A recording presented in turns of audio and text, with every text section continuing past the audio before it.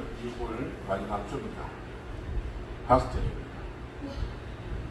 여러분도 보니까 벌써 한 달이 지나갔습니다. 7월 8월 2달 남았는데 여러분 한덕에 건강 잘 지키시길 바랍니다. 자, 오늘은 예수님의 마지막 기도문이라는 제목으로 영생은 참 하나님을 아는 것이라는 제목으로 요한복음 17장 1절로 5절 말씀 가지고 하나님의 은혜를 받고 있습니다. 여러분 영국의 철학자 프랜시스 베이컨이 있습니다. 그분이 이런 말을 했습니다. 우리가 잘 아는 말입니다. 아는 것이 힘이다 라고 했습니다. 여러분 아는 것이 힘인 만큼 우리는 정보를 중요하게 여기는 그런 시기에 살고 있습니다. 얼마 전에 이란에 미국도 복귀하고 이스라엘도 복귀했습니다. 모사다가 얼마나 정보력이 좋은지 이란의 핵심 군인들의 핵심 그 사람들을 침실 전향하듯 그 사람만 죽이는 그런 일을 우리가 볼 수 있습니다. 그만큼 정보가 중요하다는 겁니다. 근데 어떤 정보에 따라서 그 정보의 가치는 다소 차이가 있습니다. 그래서 귀하고 특별하고 소중한 정보를 나누고 또 소유한 사람은 온갖 부귀영화를 다 누립니다. 이렇게 정보는 부와 연결되어 있기에 많은 사람들은 그 정보를 얻고자 노력하고 또 그 정보를 얻으려고 힘쓰고 있습니다. 자, 그러면 이 세상에서 최고의 가치가 있는 정보는 과연 무엇일까? 여러분들은 어떤 정보가 가장 좋은 정보를 생각하십니까? 물론 사람의 생각에 따라 그 사람이 가지고 있는 신념에 따라 다르겠지만은 많은 사람들이 아마 돈 버는 정보를 많이 귀하게 생각합니다. 그뿐 아니라 권력을 잡는 정보를 가장 귀하게 생각합니다. 또 어떤 사람들은 명예를 얻기 위하여 그 정보를 얻고자 그렇게 노력합니다. 자, 그렇다면 저와 여러분은 진짜 이 최고의 가치라고 여기는 이 정보는 과연 무엇일까? 그럼 한번 생각해 보시기 바랍니다. 여러분이 정말로 최고의 가치로 여기는 정보는 과연 여러분에게 어떤 정보입니까? 오늘 본문에 대답이 나와 있습니다. 그럼 그 정보는 다름이 아니라 유일하신 참 하나님과 예수 그리스도를 아는 것입니다. 아멘? 왜 그렇습니까? 아무리 돈을 많이 가져도 아무리 권력을 가져도 아무리 명예가 좋고 좋다 하더라도 그 정보는 영원하지 않습니다. 그 정보는 있다가도 없어집니다. 그런데 우리가 하나님을 알고 예수 그리스도를 알면 오늘 본문에 보니까 영생이라고 되어 있습니다.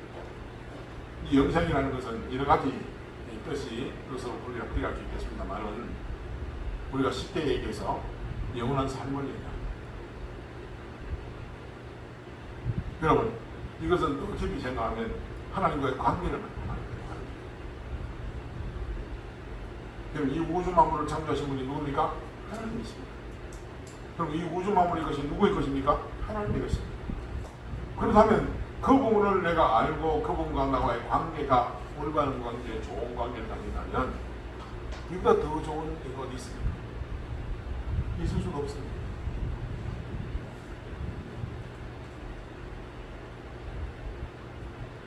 자, 오늘 보면 요한복음 17장은 신앙적인 흔히 이런 얘기를 합니다. 예제사장의 기도문이라고 합니다. 이렇게 제목이 붙여진 이유는 기도의 내용 때문에 붙여진 명칭입니다. 이 기도는 예수님께서 십자가의 죽음을 앞두고 하나님 아버지께 드리는 마지막 기도문입니다. 그런데 이 기도 내용은 주기도문과 유사한 그런 점들이 많습니다. 첫째로 이 기도는 하나님의 거룩한 아들이 친아버지께 드리는 기도입니다. 그러니까 거룩하신 하나님의 아들이 친아버지께 드리는 이것은 우리가 신학적으로 볼 때 뭐냐? 삼위일체 하나님 간의 교통이다. 삼위일체 하나님 상호 간의 교통이다. 둘째로 이 기도는 죄인이 드리는 기도가 아니라 우리 예수님은 죄인이 아닙니다. 죄가 하나도 없으신 분입니다. 거룩하고 의로운 아들이 되는 기도이기에 죄 고백이 없습니다. 하나님, 내가 이런 죄를 지었습니다는 죄 고백이 없습니다. 셋째로, 이 기도는 무엇을 달라는 기도가 아닙니다. 아버지와 아들 사이의 약속에 근거하여 드리는 그런 부탁입니다. 아버지께서 나에게 이런 약속을 하셨으니까 이 약속이 이루어지기를 원합니다. 속히 이루어지게 하옵소서. 듣기 기도합니다. 그래서 어떻게 보면 우리가 드리는 주기도문과 흡사합니다. 자, 그러면 먼저 주님은 대제사장으로서 자신을 위해서 무엇을 기도하십니까?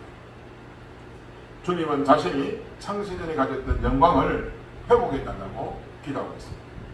1절에 보니까 이렇게 말씀하십니다. 예수께서 이 말씀을 하시고 눈을 들어 하늘을 우러러 이르시되 아버지여 때가 이르렀사오니 아들을 영화롭게 하사 아들로 아버지를 영화롭게 하옵소서. 5절에 이렇게 말씀합니다. 아버지여 창세전에 내가 아버지와 함께 가졌던 영화로서 지금도 아버지와 함께 나를 영화롭게 하옵소서. 창세전에 하나님 아버지가 뭘 가졌다고요? 영화를. 지금도 영화롭게 하옵소서. 여러분, 하나님이신 예수 그리스도는 한 인간으로 이 세상에 오셨습니다. 그런데 초라하고 낮은 모습으로 이 세상에 오셨습니다. 큰 부잣집의 아들로 태어난 것이 아니라 가난한 목수지와의 아들로 태어나셨습니다.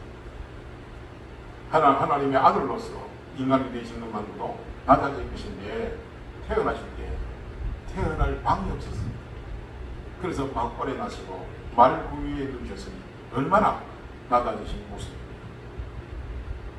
그래서 예수님의 33년 이 공생의 이 땅의 삶은 낮아짐의 과정이었고, 그래서 어떻게 보면 예수님은 정말로 낮은 모습으로 살아셨던 그런 분.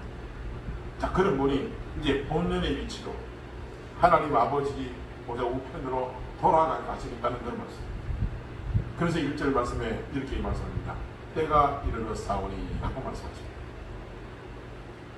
예수님과 아버지 하나님 사이에 약속한 때가 되었다는 이 때라는 것은, 그러므로 예수님의 생일은 하나님 아버지의 약속에 따른 것입니다. 독단적으로 이 땅에 오신 것이 아닙니다. 하나님 아버지와 약속에 근거해서 이 땅에 오신 겁니다. 그리고 이 세상에 오신 것도 하나님 아버지와의 약속에 따라서 오신 것이고, 또 십자가에서 죽으시는 것도 하나님 아버지의 약속에 따른 것입니다. 그래서 십자가는 주님께나 하나님 아버지께나 영광의 시작인 것입니다. 여러분, 주님이 지신 십자가에 왜 하나님 아버지와 예수님의 영광이 될까요? 그 주님이 지신 그 십자가가 왜 하나님과 예수님께 영광이 될까요? 그 십자가로 하나님께서 예수님이 주신 모든 믿는 자에게 영생을 주시기 때문에. 뭘 주셨다고요? 영생을 주셨습니다. 여러분, 영생을 받으셨습니까? 아멘을 안 하시네요. 한 번도 안 받으셨습니까? 여러분, 영생을 받으셨습니까? 네. 여러분, 예수를 믿는다는 것은 영생을 받은 겁니다. 그 영생을 주시기 위해서 예수님이 십자가에 죽으셨다고 말씀하지 않습니까? 2절 말씀에 이렇게 말씀드립니다. 2절을 함께 찾아봅시다. 함께 읽겠습니다. 시작. 아버지께서 아들에게 주신 모든 사람에게 영생을 주게 하시려고 만민을 다스리는 권세를 아들에게 주셨으니로소이다. 아멘. 여러분, 하나님께서 아들에게 누구 줬다고요? 모든 사람. 이건 어떤 모든 사람입니까? 예수 믿는 모든 사람. 여러분, 예수 믿는 사람들입니까? 그럼 여기에 포함되는 겁니다. 여기에 모든 사람이 포함되는 겁니다. 그러면 여러분에게 영생을 주시려고, 영생을 주게 하시려고 뭘 주셨다고요? 하나님께서 만민을 다스리는 권세를 주셨답니다. 여러분, 하나님 아버지는 아들이신 예수 그리스도께 만민을 다스리는 권세를 주셨습니다. 그 다스리는 권세 가운데 가장 중요한 것이 있습니다. 여러분, 무엇이라고 생각하십니까? 하나님께서 아들이신 예수 그리스도께 모든 만민을 다스리는 권세를 주셨는데 그 권세는 과연 무엇일까요? 그건 다름이 아니라 우리 사람을 살리는 권세입니다. 아멘? 저와 여러분을 살리는 권세입니다. 아멘? 여러분, 하나님 아버지는 영생을 받을 자들을 아들에게 지정해 주셨습니다. 그러니까 예수님께 이 사람은 영생을 받을 자야 하고 지정해 주셨다는 겁니다. 하나님이 여러분을 한 사람 한 사람 지명해가지고 이 사람은 영생을 받을 자야 라고 예수님이 주셨다는 겁니다. 여러분 믿으시기를 바랍니다. 여러분, 하나님이 여러분에게 뭐라 말씀합니까? 내가 너희를 존귀한 자들, 내가 너희를 지명하여 불렀다, 내가 너희를 구속하였고, 그렇게 말씀하지 않습니까? 여러분, 하나님께서 여러분을 택하셔서 이 사람은 영생을 받을 자다라고 예수님께 주셨다는 겁니다. 여러분, 이 한 가지만 생각해도 얼마나 감사한 일입니까? 얼마나 영광입니까, 솔직히. 그래서 예수님께서는 아버지가 지정해 주신 그 자들을 위해서, 저와 여러분을 위해서 기꺼이 십자가에서 예수께 주신 것입니다. 믿으시길 바랍니다. 이제 주님은 십자가에서 그 영생을 이루게 하셨으니 얼마나 큰 영광입니까? 그래서 우리가 이 영생을 얻는 것이 예수님의 최고의 영광이며 그것이 바로 하늘 아버지의 영광이라는 겁니다. 아멘? 네. 영생은 하늘과 지상의 공동적인 관심사입니다. 오늘 우리는 이 영생을 얻음으로 하나님과 그리스도 예수 그리스도께 가장 큰 영광을 돌릴 수가 있는 것입니다. 우리가 이 세상에서 출세하는 것이 하나님께 영광이 아닙니다. 돈 버는 것이 영광이 아닙니다. 유명을 지은 것이 영광이 아닙니다. 주님이 주신 영생을 얻는 것이 성자 예수님에게나 성부 하나님께 영광인 것입니다. 또한 이 말씀은 하나님께서 예수님을 이 땅 위에 보내신 목적과 하나님께서 예수님께 이 땅에 만민을 다스리는 권세를 주신 목적이 무엇인지를 분명하게 밝히고 계십니다. 그 궁극적인 목적 가운데 하나가 무엇이냐? 바로 우리에게 영생, 영원한 생명을 주시기 위함이었습니다. 하나님이 주님께 주신 모든 자들이 이 땅에서부터 영원한 생명을 살게 하시기 위함이었습니다. 자, 그렇다면 우리가 어떻게 이 땅에서부터 영원한 생명의 삶을 살 수 있을까? 주님께서 계속 이렇게 고백하고 계십니다. 3절 말씀에 영생은 곧 유일하신 참 하나님과 그의 보내신 자 예수 그리스도를 아는 것이니이다 라고 말씀합니다. 여러분, 이 말씀을 풀이하면 이렇습니다. 유일하신 참 하나님과 그분이 보내신 자 예수 그리스도를 아는 것으로부터 그 영원한 생명의 삶은 시작된다는 그런 의미입니다. 여러분, 하나님을 알지 못하고 예수 그리스도를 알지 못하고는 영생의 삶이 시작되지 않습니다. 여러분, 영원한 생명에 보내신 삼일째 하나님을 알지 못하고서는 영원한 생명을 얻을 수도 없고 이 세상에서 누릴 수도 없다는 겁니다. 그럼 이 말씀은 당연한 말입니다.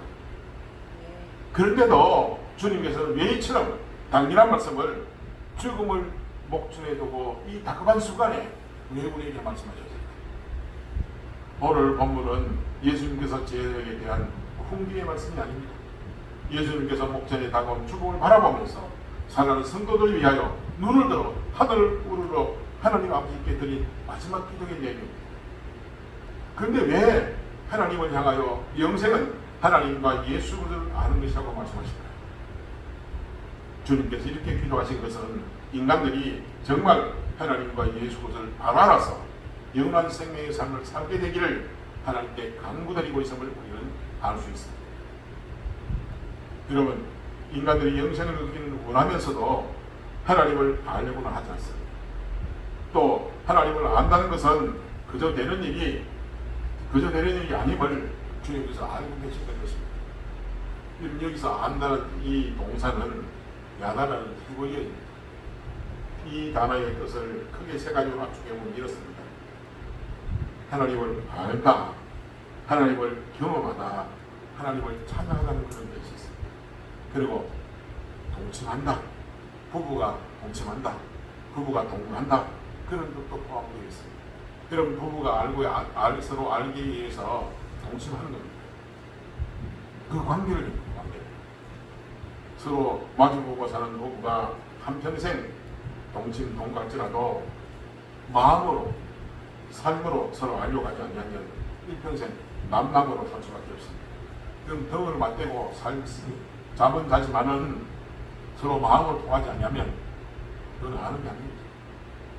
근데 하물며 육신의 눈에 보이지 않고 손으로 만질 수 없는 영이신 하나님을 알려고 하는 마음과 노력 없이 어찌 하나님과 동거할 수 있으며 어찌 그분 안에서 영원한 생명의 삶을 살아갈 수 있겠습니까?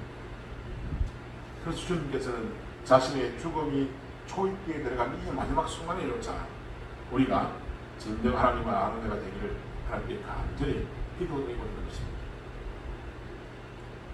저와 여러분 혹시 예수 그리스도를 나의 주와 그리스도로 믿고 열심히 신앙생활을 하고 있지만 예수님을 왕으로 모시고 예수님이 다스리는 생명의 삶이 아니라 아직도 자신이 자기의 주인이 되어서 죄를 범하여 자신을 철저하게 죽이는 그런 삶을 살고 있지 않습니까? 우리는 교회를 다니지만 오히려 자신의 생명을 갉아먹는 그런 삶으로 일관하지 않습니까? 주일날 교회에서 열심히 봉사했음에도 불구하고 주중에는 어김없이 생명을 던져하는 방탕의 삶을 내고 하지 않습니까? 이런 불신자는 모르되 그리스도인이 그처럼 철저하게 자기를 죽이는 삶을 살아간다는 것은 있을 수 없는 일입니다. 근데 왜 그렇게 살까요? 왜 교회 다니면서 예수 믿는다고 하면서 왜 그렇게 될까요? 그 이유를 세 가지로 말하면 이렇습니다. 첫째로 하나님을 알려고 하지 않는 하나님을 알지 않는다는 알아야 되는데 하나님을 알려고 애쓰지도 않는 성경도 안 보면 안 본다는 겁니다. 하나님을 알려면 무엇을 해야 됩니까? 성경을 봐야 합니다. 그런데 성경을 보지 않습니다. 그리고 하나님을 알려고 힘쓰지 않습니다. 그럼 말씀과 기도로 우리가 하나님을 알아야 기도하지 않는 겁니다. 그리고 우리가 착각하는 가지고 한 가지 있습니다. 전에 성경 좀 봤다고 하나님을 전혀 알지 못하면서도 하나님을 다 안다고 착각한다는 거예요. 심지어 어떤 사람은 그렇습니다. 성경을 획독했다고 해요. 하나님을 잘 안다 그래요. 근데 진정으로 그 사람이 하나님을 잘 안다면 어떤 사람이 되겠습니까? 온유한 자가 돼요. 여러분 이 온유라는 뜻은 다름이 아닙니다. 길들여진 반을 보고 온유라고 합니다. 그러니까 하나님께서 모세에게 이런 온유한 자가 있어요. 그것은 뭐냐? 하나님께 길들여진 자. 우리가 성경을 열심히 만나면 하나님께 길들여진 사람이 되고 내 뜻을 조간하고 내 생각하고 내 뜻을 내세우고 그게 아닙니다. 우리가 정말 하나님을 알면 하나님 옆에 부응하고 하나님의 길들여진 그런 사람이 돼요. 성경에 보면 하나님께서 하나님의 도구로 얼마나 많은 사람을 사용하고 있습니다. 그들이 만약에 하나님의 뜻을 배반하고 자기의 뜻을 피우겠다면 하나님의 뜻이 이루어지겠습니까? 절대로 이루어질 수 없습니다. 하나님의 뜻을 이루기 위해서 그 사람을 훈련시켜서 길들여서 온유한 자로 만드시는 겁니다. 그래서 성경을 많이 읽어서 알면 알수록 겸손해지고 온유한 자가 됩니다. 여러분 믿으시길 바랍니다. 그래서 우리는 하나님에 대해 무지한 자임을 인정하고 하나님 알기를 최선을 다해야 될 줄로 믿습니다. 고린도서 3장 16절에 너희가 하나님의 성령의 인격과 하나님의 성령이 너희 안에 거하시는 것을 알지 못하느뇨 라고 말씀합니다. 그럼 이 말씀을 여러분 의미심장히 있게 여러분 들으시기 바랍니다. 바울은요 다름이 아니라 하나님께서 내 안에 거하시는 분이라는 사실을 알았습니다. 그 하나님이 내 안에 계신다는 사실을 알기 시작하면서 바울은 자신을 예수 그리스도와 함께 십자가에 못 박을 수 있었습니다. 하나님이 내 안에 계신다는 사실 알고 알면서 여러분 우리가 생각해 봅시다. 여러분 우리는 피조물인 피조물 하나님이 창조하신 창조물입니다. 그런 우리 안에 누가 계신다고요? 창조주 하나님이 계시는 것. 그럼 충격 아닙니까? 충격? 대단한 충격 아닙니까? 제가 솔직히 설교 준비하다가 이 말씀에 충격을 받았습니다. 물론 전에부터 다 알고 있는 말씀이죠. 그러나 오늘도 한 번 더 너희가 하나님의 성전인 것과 하나님의 성령이 너희 안에 거하시는 것을 알지 못하느냐. 성령이 우리 안에 계십니다. 우주보다도 크시고 만유보다도 크신 그분이 이 작고 작은 우리 안에, 더럽고 추악한 우리 안에 막 계십니다. 그래서 바울이 이렇게 고백하잖아요. 내가 그래서 남에게 십자가에 못 박혔나니 그런 일은 내가 사는 것이 아니요 오직 내 안에 그리스도께서 사시는 것이다. 여러분, 주님이 내 안에 계시는 것을 내가 알고 난 뒤에 그때 하기 시작하면서 바울이 주님과 함께 십자가에 못 박히는 것을 인정하는 거예요. 그래서 내가 사는 것이 아니에요. 내 안에 그리스도가 사신다는 것이에요. 이제 내가 육체 가운데 사는 것은 나를 살아가서 나를 위하여 자기 자신을 버리신 하나님의 아들을 믿는 믿음 안에 사는 것이다.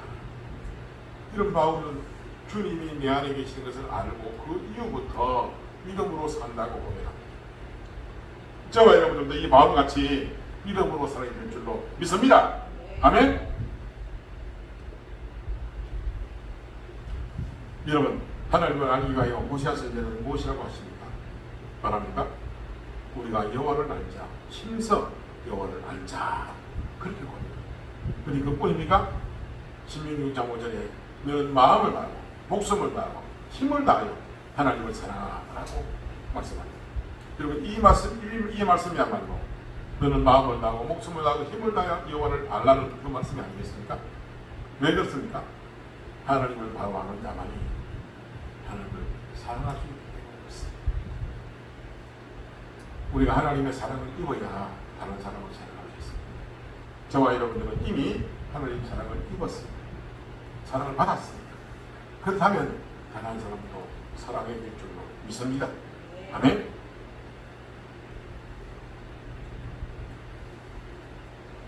여기서는 유일하신 참 하나님과 그가 보내신 자 예수 그리스도를 아는 것이라고 말씀했습니다.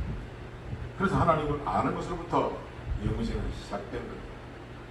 심서 하나님을 아는 자만이 그리스도와 더불어 영원한 생명을 소유하고 누리며 살 수 있습니다.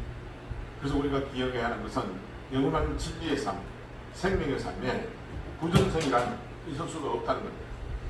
그럼 여러분, 영생을 소유하셨습니까? 그리고 영생을 소유한 자임을 확신하고 있습니까? 그럼 누가복음 16장에 보면 부자와 거지 나사렛을 봅니다. 여러분, 부자는 이 땅에 살 때 호의호식하면서 마음대로 살았습니다. 모든 걸 다 누리며 살았습니다. 이 거지 나사렛은 먹을 게 없어서 남의 집 앞에서 구걸하며 살았습니다. 그런데 어찌됐든 간에 거지 나사렛은 예수 그리스도를 알았고 부자는 예수를 알지 못했습니다. 둘 다 죽었습니다.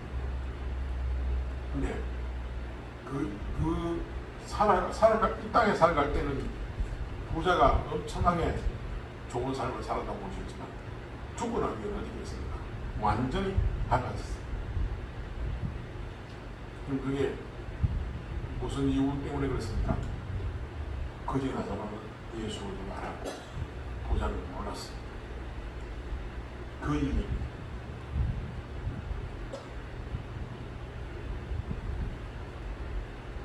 요한일서 5장 13절에 내가 하나님의 아들의 이름을 믿는 너희에게 이것을 쓰는 것은 너희와 하여금 너희에게 영생의 삶을 알게 하려 하니라.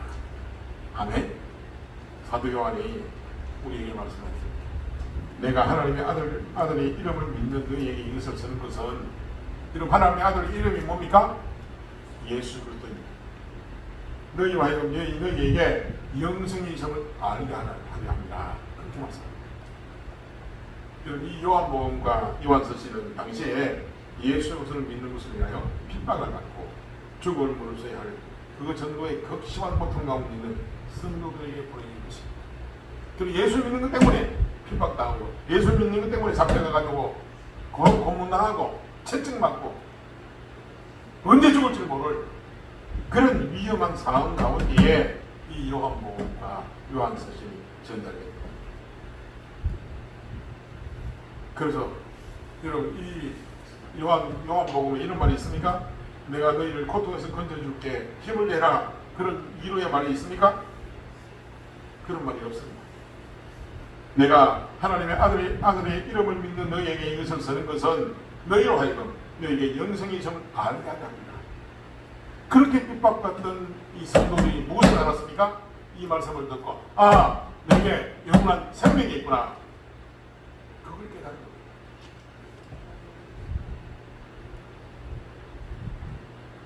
여러분, 거심한 고통 가운데 있는 성도에게 가장 중요한 것은 고통과 고난 등의 위로가 아니라 영생을 얻는 거예요. 즉 하나님과 예수 그리스도를 아는 것입니다. 그래서 우리가 자라가고 드러내며 감사할 것은 영생인 줄로 믿습니다. 아멘. 그럼 영생이 우리에게 있다는 것을 알고 이에 감사하는 것은 그 자체가 능력입니다. 아무리 힘든 고난과 세상의 문제들도 영생에 대한 소망과 감사로 대비를 주기 때문에 영생을 소유한 사도 바울은 이렇게 고백합니다. 고린도서 2장 2절에 내가 너희 중에서 예수 그리스도와 그가 십자가에 못 박히신 그 외에는 아무것도 알지 아니하기로 작정하였습니다. 그러니까 예수를 알고 그리고 그분이 십자가 못 박힌 것 외에는 아무것도 알지 아니하기로 내가 작정했다. 그렇게 고백한 것은 그가 이 바울이 영생을 알았고 영생이 가장 크고 놀라운 은혜인 것을 깨달았기 때문에 그래서 바울은 실제로 영생을 소유한 자답게 영생에 대한 감사로 그의 삶을 오직 복음만을 위해서 살았습니다. 그럼 우리가 어떻게 하면 이 영생의 삶을 살 수 있을까요? 예수 그리스도를 나의 구주, 나의 왕, 나의 하나님으로 믿고 영접하면 됩니다. 우리가 예수 믿으면 영생을 얻습니다. 그래서 하나님께 영광을 돌리는 것입니다. 오늘 본문에서 주님은 생명이라는 이 말 대신에 영생이라는 말을 사용하십니다. 하나님이 인간에게 주신 생명은 본성적으로 영원합니다. 인간의 영혼은 소멸되지도 죽지도 않습니다. 비록 육체가 죽어서 흙으로 돌아간다 해도 영혼은 소멸되지 않습니다. 존재합니다. 이런 의미에서 본다면 인간은 본래적으로 영생하는 존재라고 볼 수 있습니다. 그러나 오늘 주님이 말씀하시는 영생의 의미는 그런 의미에서 영생이 아니라는 겁니다. 주님이 말씀하시는 영생은 바로 하나님과 연결되어 상호 교류하는 삶을 말합니다. 하나님과 연결되어 살면 영생이고 하나님과 끊어져 살면 죄아무리 죽지 않고 살아도 사망입니다. 주님은 세상을 향해 12제자를 보내시면서 이런 말씀하셨습니다. 몸은 죽여도 영혼은 능히 죽이지 못하는 자들을 두려워하지 않고 말고 오직 몸과 영혼을 능히 지옥에 멸하실 수 있는 일을 두려워하라 라고 말씀합니다. 여러분도 영생을 원하십니까? 그러면 예수 그리스도를 믿고 영접하시길 바랍니다. 요한복음 14장 6절 말씀에 이렇게 말씀합니다. 예수께서 이르시되 나는 부활이요 생명이니 나를 믿는 자는 죽어도 살겠고 내가 곧 길이요 진리요 생명이니 나를 믿는 자는 아버지께 볼 자가 없느니라. 그리고 요한일서 5장 12절에 아들이 있는 자에는 생명이 있고 하나님의 아들이 없는 자에는 생명이 없느니라. 여러분 안에 예수님이 계십니까? 네. 여러분 안에 예수님이 계십니까? 아멘. 아멘을 왜 안 하십니까? 여러분 안에 예수님이 계십니까? 아멘. 여러분 계신다면 여러분 여러분입니다. 아멘. 요한복음 5장 24절에 이렇게 말씀합니다. 내가 진실로 너희에게 이르노니 내 말을 듣고 또 나 보내신 이를 믿는 자는 영생을 얻고 심판에 이르지 아니하나니 사망에서 생명으로 옮기느니라. 아멘. 아멘. 여러분은 영생을 얻었고 심판에 이르지 아니한다 했습니다. 여러분 우리 인생은 분명히 한 번 죽습니다. 죽으면 그 후에 뭐가 따릅니까? 심판에 이르는 것입니다. 그런데 우리는 심판에 이르지 않는다 했습니다. 우리는 왜요? 이 사망에서 생명을 옮겼기 때문이었습니다. 여러분 하나님과 인격 관계를 맺기를 여러분 소원하시길 바랍니다. 예수 그리스도를 나의 주, 나의 왕, 나의 하나님으로 중심에 영접하시기를 축원합니다. 그러면 주님과 연결 속에서 영혼의 생명 작용이 시작되는 겁니다. 그래서 영생을 가진 자는 하나님과 끊임없이 교류하고 교제하게 되어 있습니다. 영어에 라이프라는 단어가 있습니다. 생명이라는 뜻으로 사용되고 생활이라는 뜻으로 사용됩니다. 그 생명의 목적은 살아 움직이는 겁니다. 우리의 육체적 생명이나 영혼의 생명은 같이 하나님과 인격적인 교제 생활을 위한 것입니다. 그러므로 여러분 하나님과 어떤 교제를 나누시겠습니까? 기도로 교제를 나눌 수가 있는 거예요. 그래서 우리는 우리의 생명이 하나님과의 교제에 사용되지 않는다면 우리의 생명은 죽은 거라고. 우리는 영생하는 자가 되어야지 단순한 존재하는 자가 되어서는 안 되는 거예요. 생명학적 생명자가 아니라 영적인 생존자가 되어야 된다. 여러분, 생물학적으로 우리 몸은 신진대사가 잘 이래 돌아가면, 잘 움직이면 살아있다고 합니다. 그러나 이러한 모든 생물학적 생명을 불구하고 하나님과 관계가 끊어지면 그는 영적 사망자입니다. 여러분, 아담과 하와가 죄를 범했습니다. 여러분, 아담과 하와가 죄를 범하고 일어난 일이 무엇입니까? 하나님과의 관계가 단절되었습니다. 관계가 끊겨버렸어요. 근데 그 관계를 이어주신 분이 누굽니까? 바로 예수입니다. 네. 저와 여러분, 예수를 믿음으로 무엇을 소유한다니까? 영생을 소유한다. 자, 그렇다면 영생을 소유한 자로서 우리는 어떻게 살아야 될까? 그럼 영생을 소유한 사람을 한 사람을 소개하면서 설교를 마무리하고자 합니다. 서울에 가면 연세 세브란스 병원이 있습니다. 그 연세 세브란스 병원이 이전에 전신이 광해원인 것입니다. 광해원. 이 광해원을 누가 세웠습니까? 알렌 선교사가 세웠습니다. 이 알렌 선교사가 의학 공부를 했습니다. 의사가 되기 위해서 의학 공부를 열심히 했습니다. 근데 의학 공부를 해가 의사가 되었으면 그 살기 좋은 미국 땅에서 평생 고요한 삶을 되는데 이 사람이 무엇을 자처했습니까? 선교사로 자처했습니다. 그리고 이 조선 땅, 미국만리 조선 땅, 정말 가난한 이 조선 땅에 이 땅에 선교사로 온 겁니다. 왜 알렌 선교가 그렇게 올 수 있었습니까? 영생을 소유한다. 영생을 소유한 땅을 어떻게 살아야 되는가를 우리에게 본보기를 보여줍니다. 그 살기 좋은 땅을 버리고 이 척박한 땅에 병원도 하나 없는 이 땅에 광연이라고 병원을 보입니다. 그래서 이 땅에 이 조선에서 자기의 생을, 온 생을 다 바쳐서 의료 선교를 됩니다. 자, 그러면 무엇이 알렌 선교사가 이러한 삶을 살았을까? 이 사람이 인도주의자나 박애주의자가 아닙니다. 이 사람이 바로 영생을 소유한 거기 때문에 그렇습니다. 어렵고 힘든 삶 가운데 있을지라도 영생에 대한 감사로 넉넉한 마음이 되어서 이웃사자에게 손을 펼치는 것이 바로 영생을 소유한 자의 모습입니다. 저와 여러분들도 이 알렌 선교사와 같은 그런 삶을 사시기를 주님의 이름으로 축원합니다. 아멘. 여러분, 삶의 힘듦에 이 매몰이지 않고 손을 펼칠 때 영생을 소유한 나로 해서 이웃이 위로를 받고 우리 이웃이 회복되고 일어나는 역사가 있을 줄로 믿습니다. 그럼 우리가 영생을 누린다는 것은 영생의 삶을 살아야 된다는 거예요. 우리가 영생을 누리며 산다는 것은 믿음으로 행하는 것입니다. 나의 공원의 주인이시며 나의 왕이시 예수 그리스도의 다스림을 받고 살아가는 겁니다. 하나님과의 올바른 관계를 맺고 살아가는 겁니다.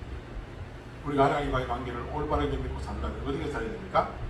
주님의 말씀에 순종하는 사는 것입니다. 내 의를 드러내고 내가 중심이 되어 사는 삶이 아니라 나의 의를 내려놓고 나의 중심을 내려놓고 하나님 중심주의 말씀의 중심이 되고 성령이 나를 이끄시는 대로 그렇게 살아가는 것이 바로 영생의 삶인 줄로 믿습니다. 저와 여러분이 영생을 소유한 자로서 이 땅을 살기 위해서 하나님께 감사를 드리는 주님으로 축원합니다.